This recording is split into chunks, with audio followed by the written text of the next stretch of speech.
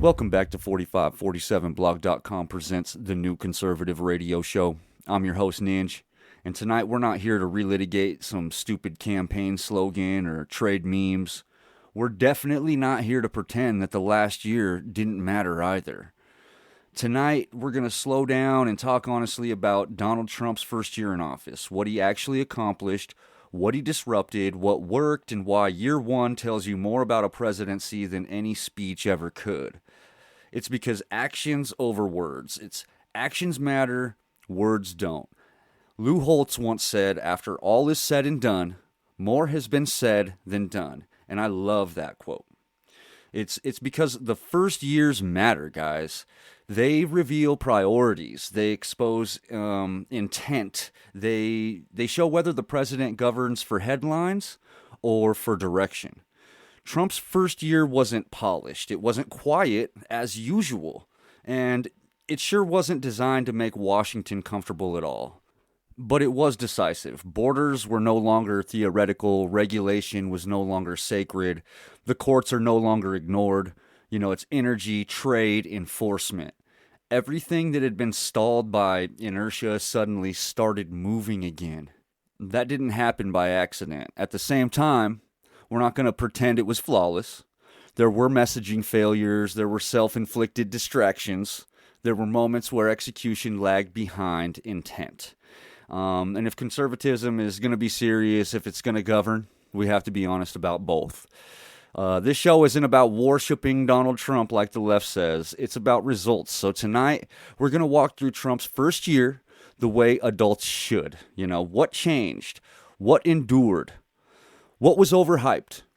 And what these liberal critics still refuse to acknowledge. We'll compare it to other presidents' first years. We'll separate media narrative from measurable outcomes. And we'll ask the question that actually matters now. Did Trump's first year reset the country's direction? Or just shake the fucking room up? Because whether you supported him, opposed him, or are still undecided, one thing is undeniable. Year one set the tone for everything that's going to follow. And understanding it is the only way to understand where we're headed next. That's what we're doing tonight. This is the New Conservative Radio Show, and let's get into it. So for years, Americans were told the border was complex, that enforcement was cruel, that interior law enforcement was somehow optional. Well, folks, that era is thankfully over.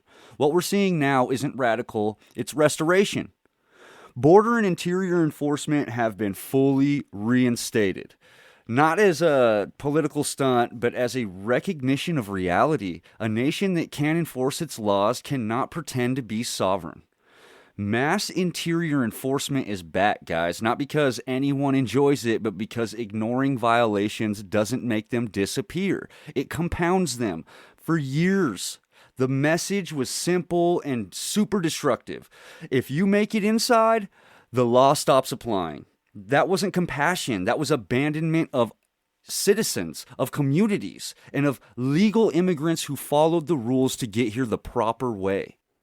That message has been reversed. Asylum abuse, one of the most cynical loopholes in modern policy, is being destroyed. It's not eliminated for those who genuinely need the protection, but it's being stripped of its function as a fast pass for fraud. And all these fraudulent people coming to our border and just saying, hey, my neighborhood is dangerous, I need asylum. When every claim is treated as sacred, the system freaking collapses. When the system collapses, the truly vulnerable people who need it are buried underneath the abuse. Restoring standards, it's not heartless. It's how you preserve mercy for those who actually qualify.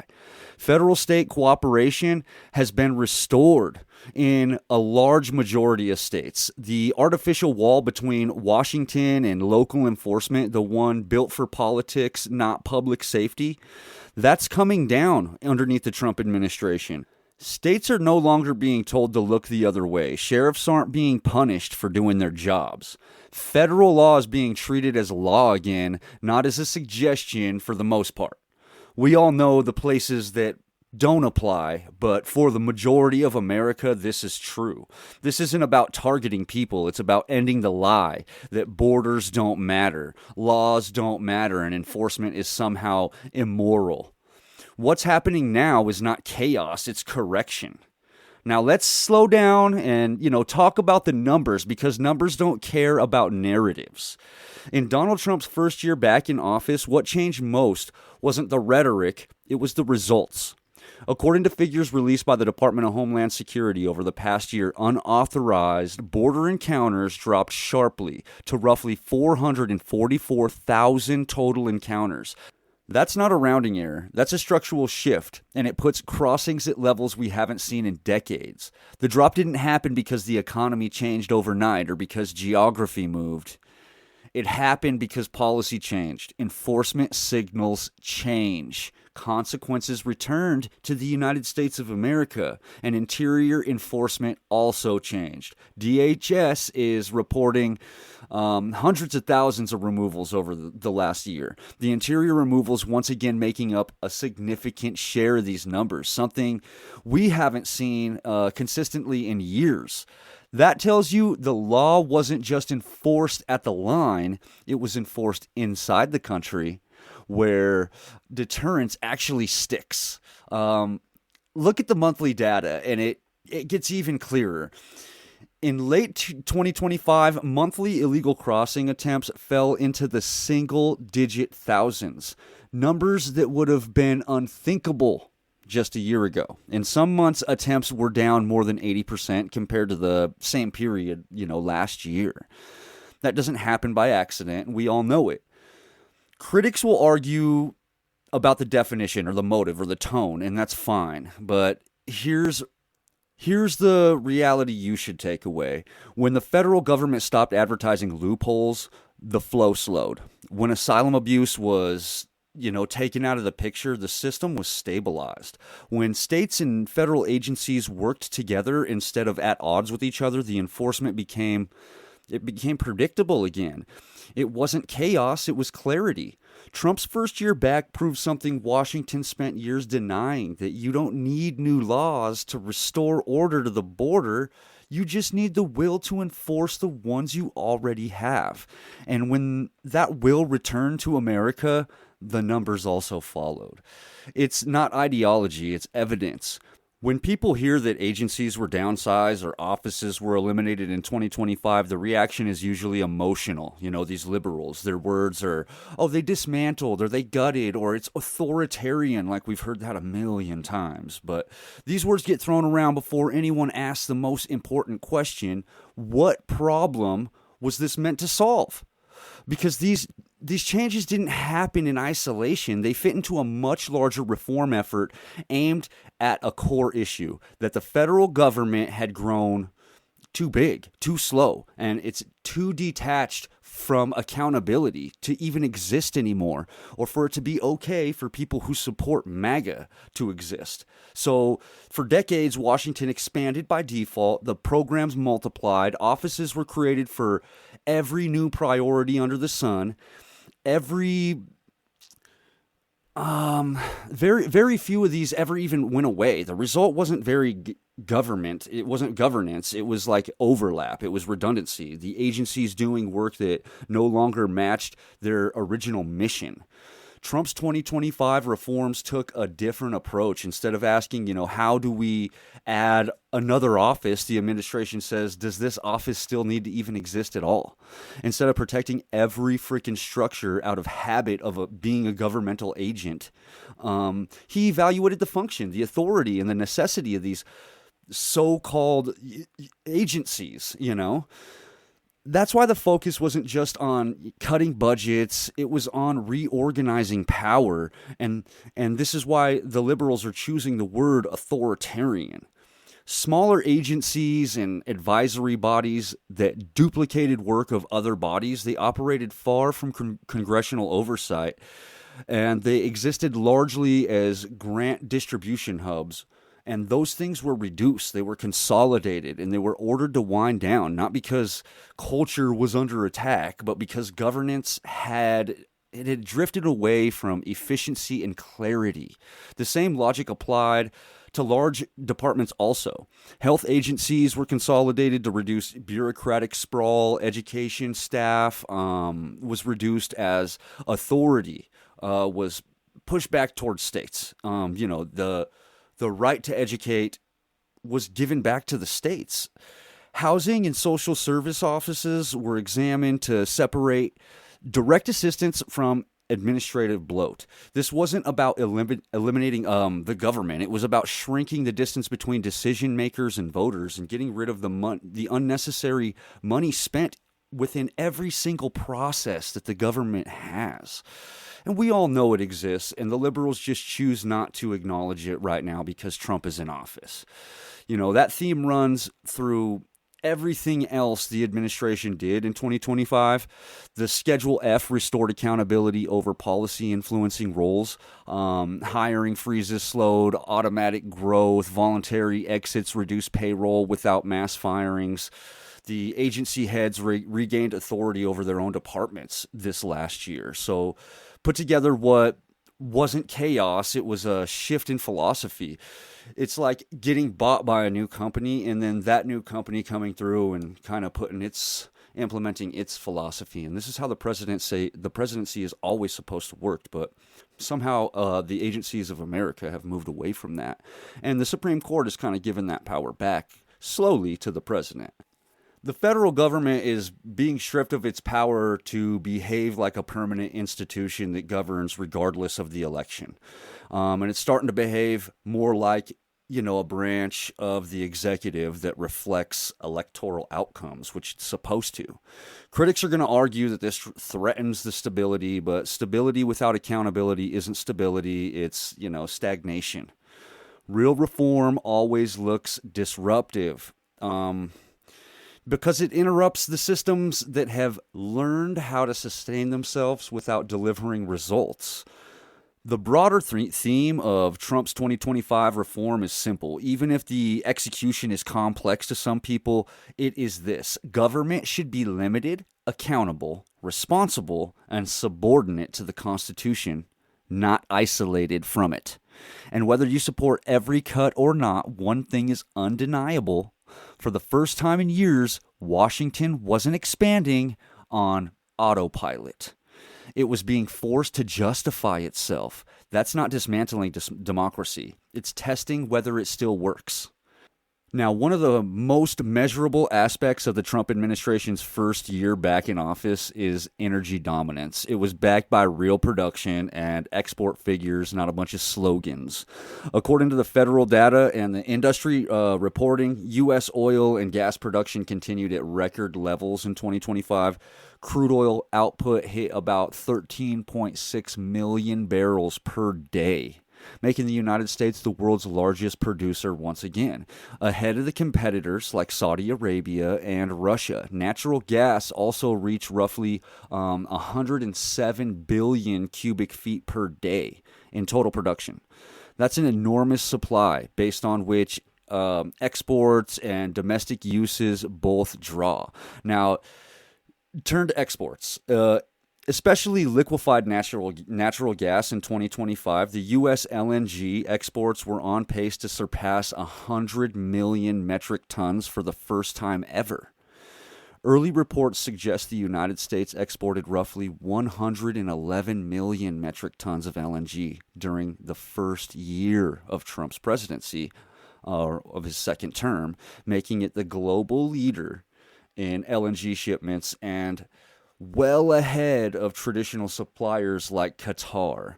So that matters on multiple fronts. First, that record export level, it reflects the global demand for U.S. energy from Europe to Asia, and it underscores how rapidly American gas capacity has grown. It also signals how Trump's policies helped clear regulatory barriers that had previously slowed the export approvals for all of our gas or all of our energy components that we export.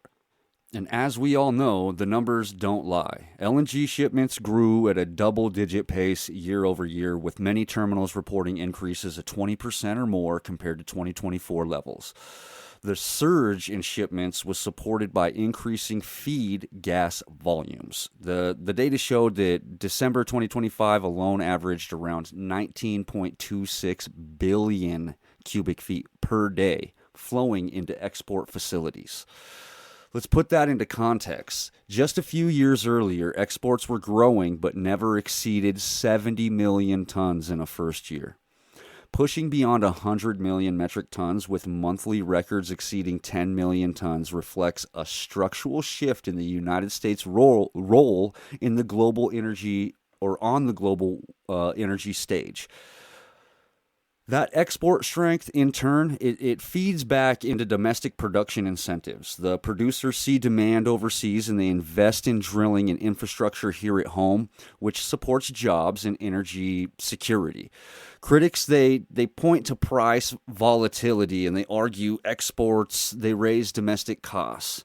And that's a discussion worth having, but you can't deny the scale of production and the export growth.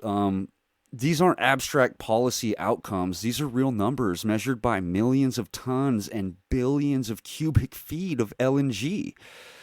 Under Trump's leadership in 2025, America didn't just talk about energy dominance. It produced more, it exported more, and it cemented its position in the world's as a world leading oil and gas powerhouse. That's not a theory. That's measurable reality once again. And that brings me to this. It's, one of the most consequential and least understood changes in Trump's first year back in office. And it's what happened inside the Department of Justice and the FBI. It wasn't through speeches, but it was through structure. In early 2025, the administration, it ordered internal accountability reviews across federal law enforcement agencies, and the purpose was straightforward. It was to examine whether prosecutorial power and investigative tools had been used consistently or selectively. That review wasn't about relitigating politics. It was about restoring confidence in institutions that had been lost through the public. The public doesn't trust them anymore. They're lost in what they're doing. The public sees that, and nobody trusts them. But at the same time, the DOJ, they launched formal inquiries into political biasness as a process. So review teams were asked to examine charging decisions and investigative thresholds, I guess, in internal approval chains in politically sensitive cases. The goal wasn't to stop prosecutions. It was to ensure that prosecutions were defensible in evidence and not aligned with some kind of freaking ideology. That led to a third shift, which was narrowing the prosecutorial discretion. In 2025, the DOJ guidance tightened when and how federal prosecutors can bring charges, especially in cases that involve public officials or elections or some kind of speech-adjacent conduct. The long-standing internal gatekeeping functions, they were revised. They were, with the charging decisions they were elevated for senior review. Prosecutors were instructed to focus on the most provable offenses and to avoid novel legal theories that stretch the statutes beyond their plain meaning. Critics call it interference. The supporters call it resistant. Because discretion without limits isn't independent, it's power without accountability. These reforms also coincide with charges that are charges to internal oversight. So inspector generals were replaced or restructured, and review mechanisms were consolidated under leadership aligned with the administration and their stated policies. So courts weighed in on this process, but the direction was clear. The DOJ and the FBI were being reminded that they sit inside the executive branch, not above it. So the broader theme of tying all this together is the administration wasn't trying to make law enforcement weaker. It was trying to make it predictable standards, predictable charging decisions, predictable lines between policy and politics and prosecution. Because when the public believes justice is some kind of arbitrary or partisan, the system it doesn't deter any kind of crime. It destabilizes the country altogether. Trump's 2025 reforms, they reflect a philosophy that says law enforcement must be independent enough to enforce the law, but accountable enough to never become the law itself. That balance is hard. It's controversial and it's uncomfortable, but it's also necessary because the justice system people don't trust can't hold a nation together no matter how many cases it brings against anyone, politicians, law enforcement agents, or the civilians itself. That's what this moment is really about. It's not protecting politicians. It's not punishing opponents, but rebuilding the legitimacy of the federal justice itself. And to understand why these reforms matter, you have to step back from the moment and look at history, because it isn't the first time America has wrestled with the power of federal law enforcement. After Watergate, the country swung hard in one direction. Trust in the presidency, it collapsed completely, and Congress responded by building guardrails around the DOJ and the FBI. New norms emerged after that. Internal review layers multiplied, prosecutorial discretion widened, on the theory that independence meant insulation from politics. But those changes were understandable at the time. The goal was to prevent another Nixon. But guardrails can quietly become walls, and over the decades that followed, independence drifted away from autonomy, and autonomy drifted into permanence, and permanence drifted into a culture where unelected officials, they learned they could shape outcomes regardless of who won the election. And President Trump noticed, and Obama also noticed. Biden benefited from it, but Trump challenged it. And the difference is that in 2025, Trump didn't just complain about the system, he acted on it. Compare that to the Clinton era, where DOJ discretion expanded but accountability mechanisms were rarely tested, or the Obama years when prosecutorial power was just aggressively in regulatory and civil contexts, often through consent decrees and novel legal freaking theories, or the Biden years when the DOJ leadership openly framed enforcement priorities through ideological language. In each case, the discretion, it grew, and the oversight didn't keep pace. What Trump's 2025 reforms represent is a course correction, not a revolution. Instead of assuming prosecutors should decide how far laws can be stretched, the administration narrowed the discretion and elevated review. Instead of trusting internal culture to police itself, it imposed accountability reviews. Instead of preventing the DOJ and FBI exist outside of politics, it reasserted the constitutional reality that they are part of the executive branch. And this isn't unpredictable.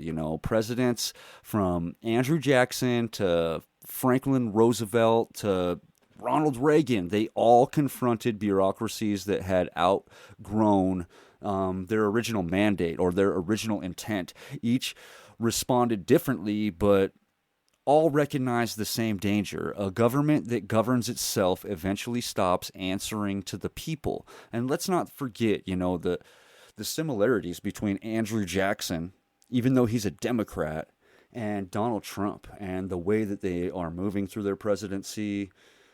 But that's for a whole nother show. So the modern federal justice apparatus is larger, more complex, and more insulated than anything the founders ever imagined. So reining it in was never going to be quiet. It was never going to be popular with the institutions that are being reined in. So that's really no surprise what we saw. That's why the reaction, it's been so intense, because history, it teaches us something uncomfortable but true. Every time that the executive authority is reasserted after a long period of bureaucratic drift, it gets called freaking authoritarian until the system stabilizes again. The post-Watergate era wasn't wrong. It wasn't permanent either. Trump's 2025 DOJ and FBI reforms are best understood as a pendulum swinging back towards accountability after decades of swinging towards unchecked discretion. It's not to protect politicians. It's not to punish opponents, but it's there to restore justice and justice to the system that enforces the law evenly, predictably, and within its constitutional lane. History won't judge this moment by the outrage it produced. It'll judge it by whether Americans once again believe in the law and believe it belongs to the people and understand that it's not the institutions that enforce it, but the people that create the laws themselves by, voting people into Congress who create the laws. If you really want to understand what's happening here, you have to go back even further past Watergate, past the modern DOJ, past FBI entirely, to the founders themselves, because the question isn't new. The founders were deeply suspicious of concentrated power, but they were especially wary of unelected power. James Madison warned that liberty is threatened not just by tyranny from above, but by systems that drift beyond control because no one can check them. Alexander Hamilton argued that energy in the executive wasn't a flaw, but a necessity, because a weak executive doesn't protect freedom. It abandons responsibility, and we saw that with President Biden. You see the dramatic difference between what gets done with a pushover president to what gets done with a president that's out there kicking ass for America. And the part that gets lost in modern debate is the Constitution does not create an independent justice branch. There is no fourth branch of government called the permanent bureaucracy. There's no constitutional carve-out for prosecutors or investigators to operate beyond electoral accountability. So Article 2 is clear. Executive power is vested in the President of the United States. That means law enforcement answers to the executive, not to culture, not to legacy norms, and not to internal consensus. The founders believed in independence without accountability. It was just another form of tyranny, quiet, administrative, and really, really difficult to remove. They expected friction. They expected tension. They expected presidents to direct the execution of law and to be judged by the people if they abused the power. What they did not expect was a permanent class of officials who would decide which laws mattered, which cases moved forward, and which elections could be quietly overridden by process. Trump's 2025 DOJ and FBI reforms don't break from that constitutional vision. They return to it. So narrowing prosecutorial discretion, it isn't authoritarian, it's restraint. Accountability reviews, they're not political, they're structural. Everybody has reviews. Anybody who has a job has an accountability review. So the politician should be no different. Reasserting executive authority, it isn't corruption, it's constitutional design. That's literally how America is designed, to reassert executive authority each time a new president is elected. The founders didn't fear strong presidents. They feared unaccountable systems, period. And they built elections, not bureaucracies, as the corrective mechanism for these issues. If Americans don't like how the law is being enforced, they can vote the president out. But if they don't like how the entrenched agencies operate, no one can change it. And democracy, it becomes decorative. It just becomes theatrics. That's the core issue beneath all the noise. This moment isn't about Trump versus institutions. It's about who governs. The founders answered that question plainly. The people govern through elections, through accountable executives, through laws passed by Congress and enforced, not interrupted into oblivion by the executive branch. Everything else is drift. And what you're seeing now is an attempt. It's controversial, it's imperfect, and loud to correct that drift before it becomes too permanent. We all know that these bureaucracies have existed for decades. History doesn't preserve freedom by freezing systems in place. It preserves freedom by forcing power to answer to the people again and again. That's not radical, that's American. So let's put real numbers on the table, because trade debates, they get quiet, when the math shows up. So by the time Trump reasserted trade enforcement in the United States, the United States already had tariffs covering roughly 300 to 370 billion worth of Chinese imports under Section 301. Those weren't symbolic fees. Those were strategic pressure, hitting rates between 7.5% and 25%, depending on the sector. And the sectors weren't random either. It was steel, aluminum, machinery, electronics, solar components, batteries, EV supply chains, which is why, Elon threw a little fit, advanced manufacturing inputs. So these were the exact industries China had been flooding with state-subsidized overcapacity while American factories shut the door. Trump didn't apologize for tariffs in 2025. He used them, and the steel tariffs stayed at 25%, aluminum at 10%, anti-dumping enforcement ramped up, customs cracked down on Chinese transshipment schemes that ran through, third world countries to dodge duties, and suddenly cheap imports, they weren't cheap anymore. Once you priced in risk, enforcement and unpredictability, they weren't the cheapest thing anymore. And that's when shift happens, and it did happen. According to the Commerce Department tracking, U.S. manufacturing construction investment surpassed $200 billion annually in 2025, with massive increases concentrated in semiconductors, the energy equipment, automotive components, and advanced materials. These type of manufacturings, they have never taken place, or they really don't take place in America on a large scale, because the components and the raw materials are cheaper to get in other places. But this didn't happen because CEOs got patriotic. It happened because tariffs rewrote the cost equation. Here's the part critics, they hate admitting. Tariffs didn't kill manufacturing. They forced it to come home. When you put 25% tariff on subsidized Chinese steel, or then, domestic producers, they don't need bailouts, they need orders. When you tax manipulated imports, capital moves where rules are predictable, and when the companies realize one political decision in Beijing can shut down their entire the entire supply chain, they stop pretending efficiency is the same thing as resilience. They're trying to save a buck, but they can get completely shut down overnight if Beijing doesn't agree with their manufacturing, or doesn't agree with just any old thing. They can just shut you down for whatever. That is not a risk that a lot of businesses are calculating into their business plan, and I don't think it's something that they are willing to take anymore. So, look at the LNG equipment, or look at battery plants, or look at the chip fabs, look at industrial tooling. These sectors expanded because tariffs acted like a filter. They were cutting out artificial price advantages, and that were created by the Chinese foreign government, letting real market competition exist again.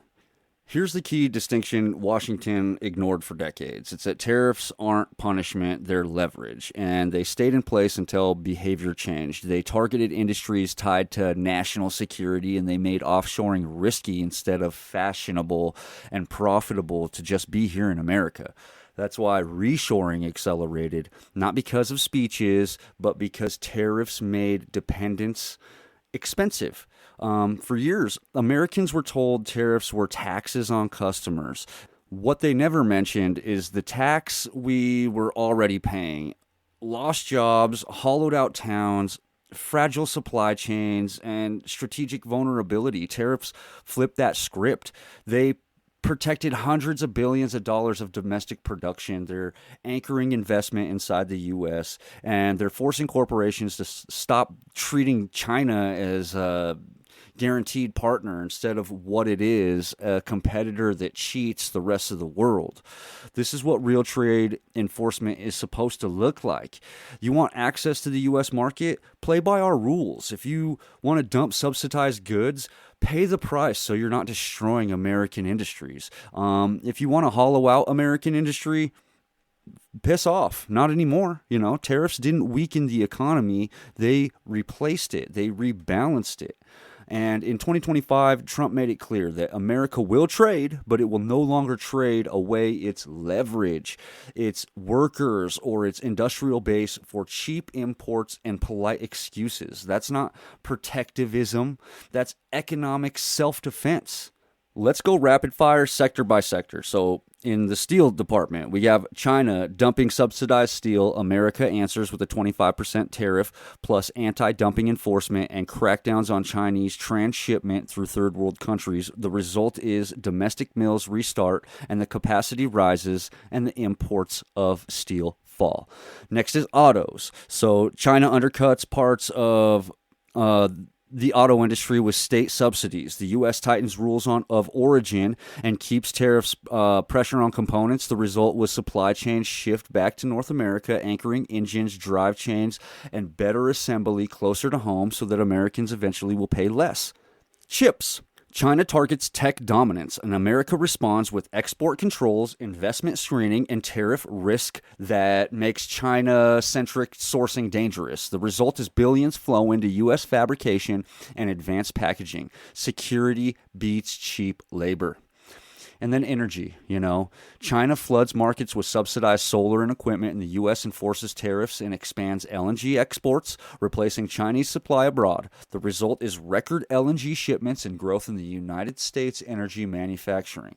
Tariffs weren't punishment, they were leverage. Sector by sector, China's edge got, priced out. It's getting a little less sharp. Investment came home and supply chains shortened. Tariffs didn't start a trade war, they ended America's surrender to China.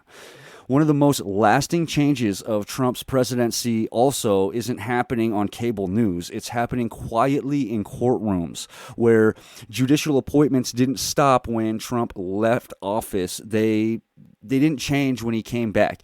The strategy stayed the same. Young judges, originalist judges who read the law instead of trying to rewrite it, that, appreciate the Constitution, and that matters more than any freaking press cycle ever would. Trump's judicial picks have been younger than average for decades now. They're like late 40s, early 50s, meaning they're not just shaping the cases today, but they're going to shape the law for a generation. These are lifetime appointments. These are no recall buttons on these guys. There's no news cycle reset for these guys. The philosophy is consistent with Trump. These judges don't treat the Constitution like some kind of suggestion. They don't hunt for hidden meanings. They don't pretend courts exist to update the law when Congress won't do its job. They apply text, structure, and original public meaning. Period. That's why administrative law is changing. For 40 years, federal agencies operated under the doctrine called the Chevron defense, which basically says if Congress votes a vague law, then agencies, not judges, they get to decide what it's meant to mean. And that era, it's over. The Supreme Court killed Chevron. And when that happened, it stripped unelected bureaucracies of the power to invent law through regulation. Now judges interpret statutes, not agencies, not regulators or experts insulated by the voters, or from the voters, I should say. And it didn't stop there. Other doctrines that protected the administrative statute, our defense, nationwide injunctions, independent agency insulation, are all under pressure. Courts are demanding clear authorization, clear limits, clear accountability. This is a rebalancing of power. So for decades, Washington operated like it had a fourth branch of government, permanent, unaccountable, and untouchable. But Trump's judges, they're dismantling that idea case by case, not with speeches, but with actual rulings. And critics are calling it radical, but it's the opposite. It's constitutional. Congress writes the law, the executive enforces it, and the courts are there to interpret it. That's not conservative ideology. That's just the system. This is how the system has worked for decades, and I don't understand why the liberals, or where the liberals are pulling this shit out of, but I think we can all kind of get the gist of it, and it's probably somewhere the sun doesn't shine. But Put it together and the picture is clear. Agencies lost difference, regulators lost unchecked authority, and courts reclaimed their role in America. And here's the part that drives the left insane. None of this requires winning another election. These judges are already there.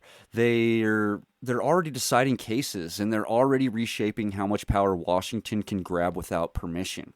Trump didn't just appoint judges. He appointed limits. Limits on agencies, limits on regulators, limits on government that forgot who it answers to. And this is going to go and stay in place for long after the headlines fade.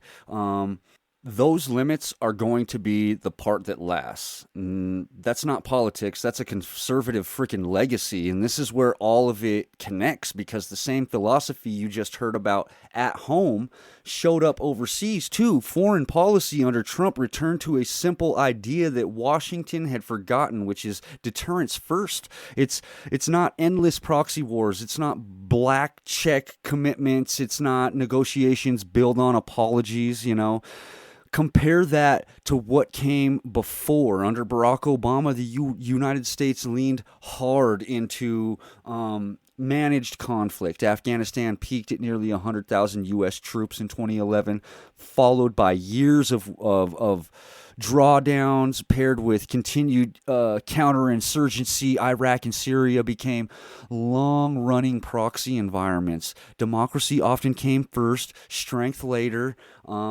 If at all, we would just lose people sometimes because democracy and diplomacy played such a freaking big role in a war. And then under Joe Biden, the model shifted even further towards proxy engagement, arming partners, funding conflicts, and managing escalation from, arm's distance. The United States avoided direct confrontation with anyone, but paid for it with tens of billions of dollars in some sustained aid packages and open-ended commitment postures that critics argued reduced leverage.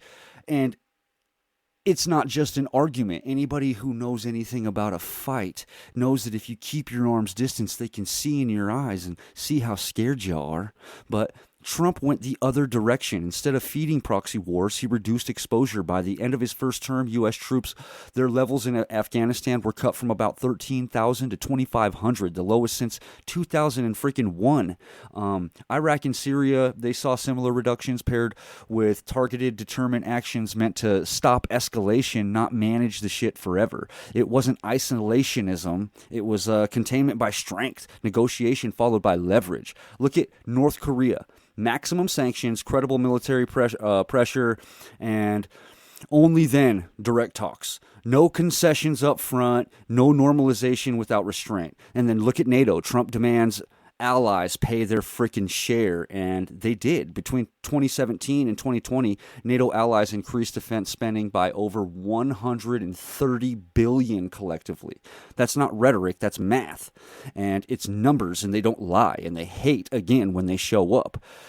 It happened because the U.S. support stopped being automatic. No blank checks, no free rides, no deterrence, reduction.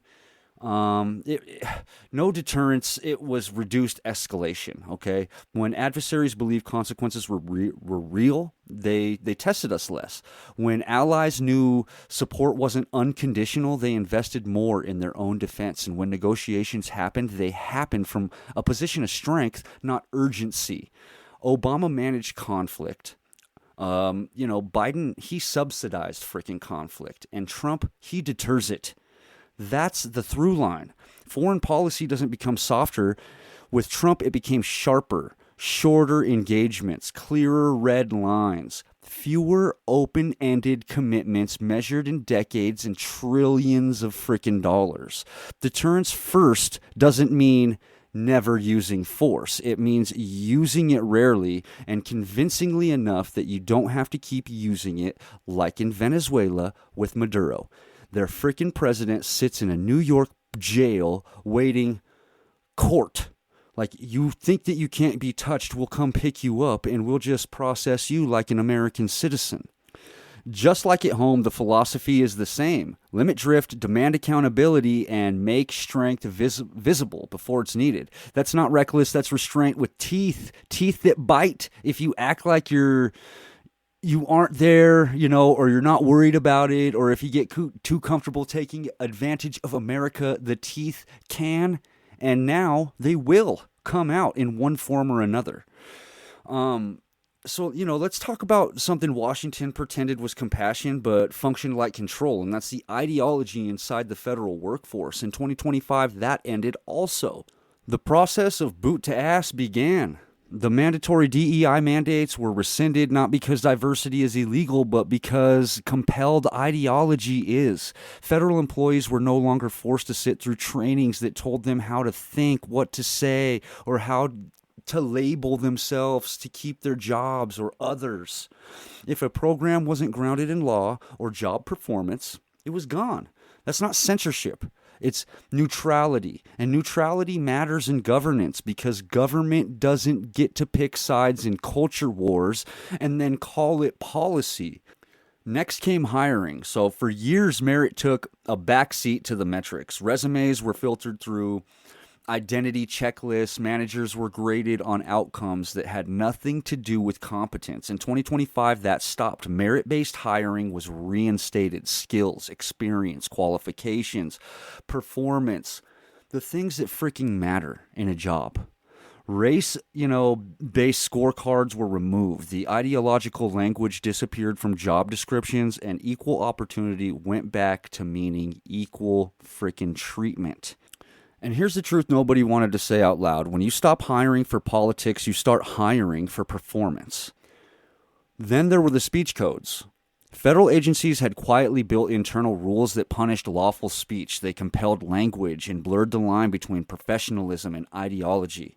Those codes were dismantled. Employees were reminded of something radical in modern Washington in 2025, and that's the First Amendment still applies to every American. You can't force beliefs. You can't mandate speech. You can't punish private viewpoints just because they're unfashionable to you. Harassment stayed illegal. Threats stayed illegal. Workplace standards stayed in place, but vague ideological enforcement, gone. Put it all together and the pattern is clear. This wasn't about silencing anyone. It was about ending compulsion. The federal government stopped acting like a cultural referee and went back to being what it is supposed to be, a neutral administrator of the law. No loyalty oaths except for to the American people. No ideological training wheels. No punishment for unlawful thinking. Critics scream rollback, but what actually happened here? It was a reset. Government got smaller in its opinions, and stronger in its mission. That's not cruelty, that's professionalism, and we need that in America. And when neutrality returned, so did trust, because a government that doesn't tell you what to believe is a government that finally remembers who it freaking works for. So let's end tonight where we should have started, with utter clarity. What you just heard wasn't a campaign rally. It's not nostalgia, and it's not blind loyalty like the libs love to say us, MAGA or Trump supporters are. This is a sober look at what's actually happening in Donald Trump's first year back in office, and why it matters. Year one wasn't about perfection, it was about direction. The border went from abstraction to enforcement. Numbers fell because consequences returned. Asylum went from loophole to standard. Federal and state law enforcement stopped working at cross purposes and started acting like the law was real again. Washington didn't grow quieter, but it did grow more honest, at least the Republican side. The administrative state has been challenged. It's not being worshipped. The agencies were forced to justify their existence instead of assuming permanence. Hiring moved back towards merit. Speech moved back towards freedom. Ideology stopped being mandatory and started being optional. The energy dominance wasn't a slogan. It showed up in barrels, cubic feet, and at export terminals. Trade enforcement wasn't theory. It showed up in factories, fabrication factories, the mills and the ports. Tariffs weren't punishment. They were leverage, and they freaking worked. The justice system was forced back into its constitutional lane. Discretion was narrowed, accountability returned, and courts quietly but permanently started reclaiming authority from unelected regulators. Judges were appointed who didn't see themselves as legislators in robes. Chevron fell. The administrative state lost its shield, and real limits were restored. Foreign policy stopped chasing moral approval and returned to deterrence. Fewer blank checks, clearer red lines, negotiation backed by strength, not apology. And inside the federal workforce, the cultural thermostat finally reset. No more compelled belief, no more ideological enforcement disguised as some kind of professionalism. Neutrality returns to the government, and with it, legitimacy. That's the through line. Not chaos, it's correction. Not cruelty, but boundaries. Not stupid slogans, but structure.